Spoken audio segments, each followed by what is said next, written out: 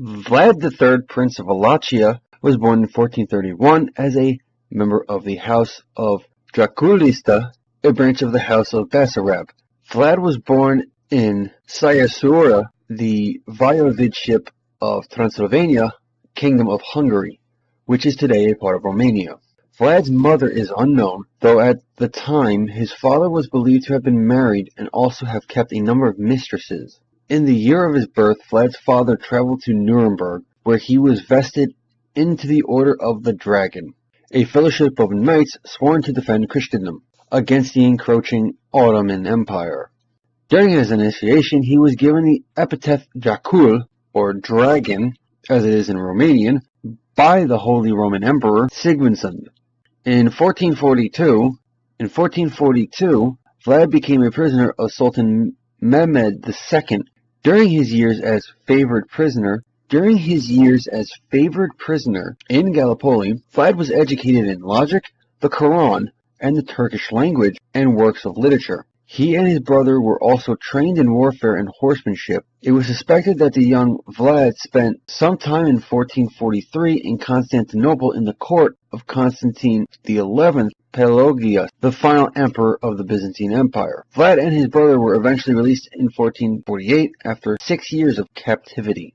Vlad earned the friendship of Sultan Murad's son, Mehmed. He eventually converted to Islam and entered Ottoman service. The death of Vlad's father and older half-brother, Messiah, both politically assassinated, greatly contributed to the development of the sadistic nature of Vlad. After Vlad Dracul escaped to Moldova, fearful of assassins, to learn under his uncle Prince Bogdan and his cousin Prince Stefan. They formed a close relationship promising to help the other when they were in need. This was called into action in 1457 when Vlad helped his cousin Stefan ascend Moldova's throne by providing 6,000 horsemen as military assistance against Petro Aron, who was disposed after 2 battles. In 1451, only 3 years after his adoption, Vlad was forced to flee in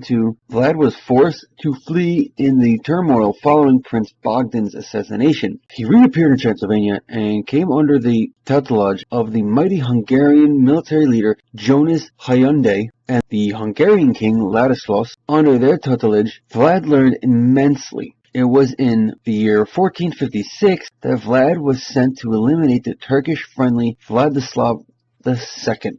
With Hungarian help, Vlad took the throne of Wallachia from Vladislav II in 1456. In the year 1459, Pope Pius II called for a new crusade against the Ottomans. At the Congress of Mantua, in this crusade, the main role was to be played by Matthias Corvinus, son of the King of Hungary. Vlad allied himself with Matthias, with the hope of keeping the Ottomans out of his own country. Later that year, Ottoman Sultan Mehmed II sent envoys to Vlad to urge him to pay a delayed tribute of 10,000 ducats and 500 recruits into the Ottoman forces. Vlad refused this because if he had paid the tribute, it would have meant the public acceptance of Wallachia as part of the Ottoman Empire. Vlad maintained the goal of keeping Wallachia independent on the pretext that they had refused to raise their hats to him. Vlad had the Turkish envoys killed by nailing their turbans to their heads. Vlad soon after launched a surprise attack. The Wallachians had the Turks surrounded and defeated. The Turks' plans were thwarted and almost all of them were caught and impaled. In the winter of 1462, Vlad crossed the Danube and devastated the entire Bulgarian land in the area between Serbia and the Black Sea.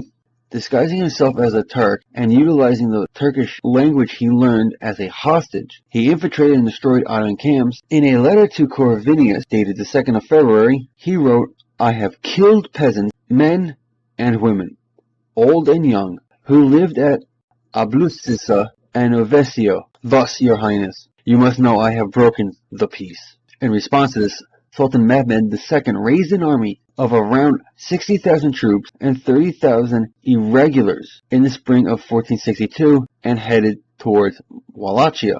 Vlad was unable to stop the Ottomans from crossing the Danube on the 4th of June 1462 and entering Wallachia. He constantly organized small attacks and ambushes on the Turks, such as the night attack, when 15,000 Ottomans were killed. This infuriated Mehmed II, who then crossed the Danube. Vlad's attack was celebrated by the Saxon cities of Transylvania and the Pope. Vlad's initial victory against the Ottomans was short-lived though, and he soon withdrew to Moldavia. Vlad III's defeat at Pianari was due in part to the fact that the boyars who had been alienated by Vlad's policy of undermining their authority had joined Radu under the assurance that they would. They may have also believed that the Ottoman protection was better than the Hungarians, regain their privileges. By September the 8th, Vlad had won another 3 victories, but continuous war had left him without any money, and he could no longer pay his mercenaries. In the autumn of 1462, Vlad and Matthias Corvinus spent 5 weeks negotiating alliances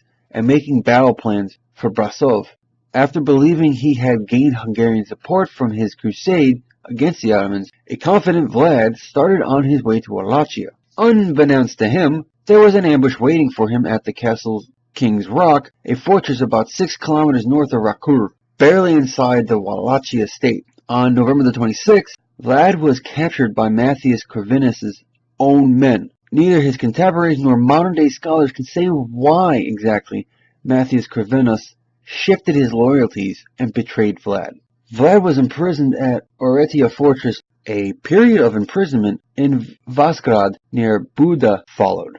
The exact length of Vlad's imprisonment is open to some debate, though indications show that it was from 1462 up until 1466. Around 1475, Vlad and Stephen V Bathory of Transylvania began preparations for the reconquest of Wallachia.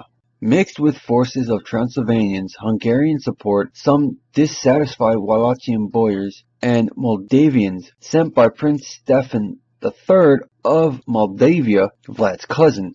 Vlad's brother Radu had died by this time and had been replaced on the Wallachian throne by another Turk, Prince Basarab the Elder. When Vlad's army arrived, Prince Basarab's army fled. After placing Vlad on the throne, Stefan Bathory and his forces returned to Transylvania, leaving Vlad in a very weak position. Vlad had little time to get support before a large Turkish army entered Wallachia to put Prince Basarab back on the throne.